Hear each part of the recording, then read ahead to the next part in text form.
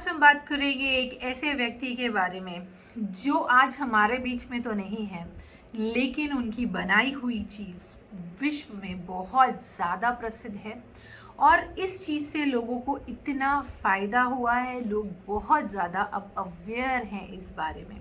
मैं बात कर रही हूँ doctor Christian Friedrich Samuel Hahnemann के बारे में। ये जनक हैं होम्योपैथी के, father of homeopathy doctor Christian Friedrich Samuel Hahnemann कहा जाता है। इससे पहले हम डॉक्टर हैनीमैन के बारे में बात करें, आप मेरा चैनल ज़रूर सब्सक्राइब करें, मुझे यूट्यूब में, इंस्टाग्राम में और फेसबुक में फॉलो करना ना भूलें। 10 अप्रैल विश्व होम्योपैथी डे के नाम से पूरे विश्व में मनाया जाता है। मैं बहुत खुश हूँ और मैं भगवान को बहुत थैंकफुल बोलती हूँ कि डॉक्टर हैनीमैन ने होम्योपैथी बनाया और मुझे उस पे आने का मौका मिला और मैं डॉक्टर बनी, वो भी होम्योपैथी। मैं बहुत ज़्यादा खुश हूँ होम्योपैथी प्रैक्टिस करके। मैंने बहुत सारे जटिल रोगों में लोगों को मदद की है और मैं आगे भी चाहती हूँ कि चाहे एक्यूट डिजीज़ हो या क्रॉनिक डिजीज़ हो, मैं लोगों को इस पद्धति से मदद कर सकूँ, क्योर कर सकूँ। 10 अप्रैल जो कि आज है, डॉक्टर हैनीमैन का बर्थडे है, वर्ल्ड वाइड हम सेलिब्रेट करते हैं। हम जानेंगे कि डॉक्टर हैनीमैन कौन है, उन्होंने कैसे किस परिस्थितियों में होम्योपैथी बनाया या उन्हें ऐसी क्या नीड हुई, क्योंकि वो एक खुद एलोपैथी डॉक्टर थे, एमडी थे, प्रैक्टिस कर रहे थे। तो ऐसा उनके मन में क्या विचार आया जिससे उन्होंने होम्योपैथी बनाया या इसके बारे में सोचा। जिन्होंने मेरा चैनल सब्सक्राइब नहीं किया है वो पहले बेल आइकन दबाएं और होम्योपैथी मेरा जो चैनल है हेल्प विद होम्योपैथी उसको सब्सक्राइब करें। नमस्कार, मैं हूँ डॉक्टर प्रियंका, स्वागत है आपका मेरे चैनल हेल्प विद होम्योपैथी में। इस यूट्यूब के माध्यम से मैं होम्योपैथी के बारे में बात करती हूँ। हर हफ्ते कोशिश करती हूँ कि कोई एक नई बीमारी, एक हेल्थ रिलेटेड टॉपिक बनाऊँ और उसमें होम्योपैथी कैसे आपको हेल्प कर सकती है, क्या डाइट लेना चाहिए आपको उस बीमारी में, क्या प्रोग्नोसिस होते हैं, क्या डायग्नोसिस होते हैं, उसके बारे में मैं हेल्प करती हूँ आपको एक्सप्लेन करने की, एजुकेट करने की। तो आज हम बात करेंगे डॉक्टर हैनीमैन के बारे में। डॉक्टर हैनीमैन का जन्म 10 अप्रैल 10 अप्रैल 1755 जर्मनी मेसन सेक्सन, एक बहुत छोटे से गांव में हुआ। इनकी जो फैमिली थी वो बहुत ज़्यादा पुअर थी। 5 भाई बहन होने के कारण इन सबको अच्छी एजुकेशन इनके पेरेंट्स नहीं प्रोवाइड कर पा रहे थे, बट ये बहुत इंटेलिजेंट थे, तो हेल्प के थ्रू इन्होंने अपने स्कूल पढ़ाई ख़त्म की। फिर इन्होंने मेडिकल में दाखिला लिया। अपने मेडिकल एलोपैथी की एजुकेशन ख़त्म करने के बाद इन्होंने अपना पोस्ट ग्रेजुएशन किया और एक एमडी डॉक्टर बने। एमडी डॉक्टर बनने के बाद इन्होंने कई साल तक एलोपैथी प्रैक्टिस की, मगर ये अपनी प्रैक्टिस से, उस समय के एलोपैथी ट्रीटमेंट से बहुत खुश नहीं थे, सेटिस्फाइड नहीं थे। तो इन्होंने सोचा कि मैं अभी खुश नहीं हूँ, मैं इसको ब्रेक करता हूँ।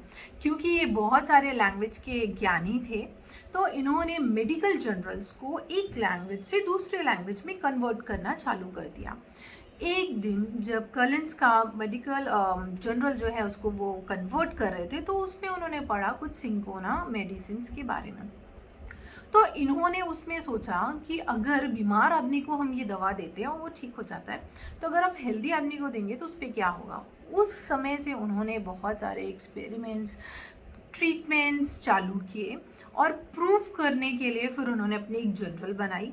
फाइनली उन्होंने होम्योपैथी का डिस्कवर किया। इनका जो प्रिंसिपल है वो लाइक क्योर लाइक है, सिमिलिया सिमिलिस क्यूरेंटस। इन्होंने जो प्रिंसिपल बुक है होम्योपैथी की, ऑर्गेन एंड ऑफ मेडिसिन, उसके भी कई वॉल्यूम लिखे।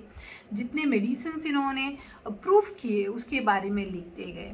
धीरे धीरे लोग जुड़ने लगे, रिजल्ट्स मिलने लगे और लोगों ने इसका पढ़ना चालू किया, इनको फॉलो करना चालू किया और 19वीं सेंचुरी में होम्योपैथी जो था बहुत पीक पे आया। 88 ईयर्स में डॉक्टर हैनीमैन का देहांत हो गया, बट जब इनका देहांत हुआ ये बहुत नोन हो चुके थे लोगों के बीच में और इन्होंने इतनी अच्छी चीज़ हमारे लिए बनाई, हमारे लिए छोड़ी। 200 साल से होम्योपैथी है और धीरे धीरे अब जो है लोग एजुकेट हो रहे हैं होम्योपैथी के लिए और अब इंडिया में क्या बल्कि पूरे विश्व में सेकेंड जो लोग अप्रोच करते हैं वो होम्योपैथी ही है, क्योंकि इसमें कोई साइड इफ़ेक्ट नहीं है। एक मिथ है लोगों के मन में कि तुरंत के लिए तो एलोपैथी या होम्योपैथी बहुत स्लो वर्क करती है, तो मैं आपको बता दूं, एक्यूट हो या क्रॉनिक प्रॉब्लम्स हो, होम्योपैथी बहुत अच्छे रिजल्ट्स देती है। और मैं बहुत ज़्यादा खुश हूँ कि मैंने बहुत सारे लोगों को मदद की हुई है।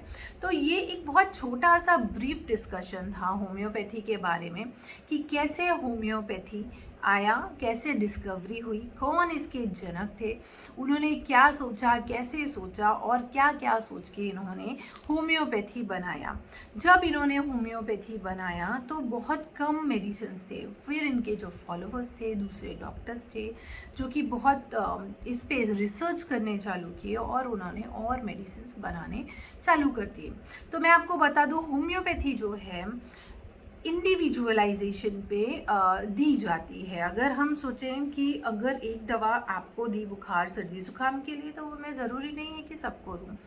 एक पूरा केस हिस्ट्री लेते हैं। जब हम केस हिस्ट्री लेते हैं उसके बाद फिर हम इंडिविजुअलाइजेशन के बेस पे होम्योपैथी मेडिसिन देते हैं। वर्ल्ड वाइड डॉक्टर्स इसका फ़ायदा उठा रहे हैं, लोग एजुकेट हो रहे हैं। आप भी शेयर कीजिए, सब्सक्राइब कीजिए। होप आपको ये नहीं मालूम था। अगर नहीं मालूम था तो आज आपको मालूम हो गया कि इतने टाइम से जो आप होम्योपैथी खा रहे हैं या सुन रहे हैं होम्योपैथी के बारे में, इसके पीछे क्या हिस्ट्री है।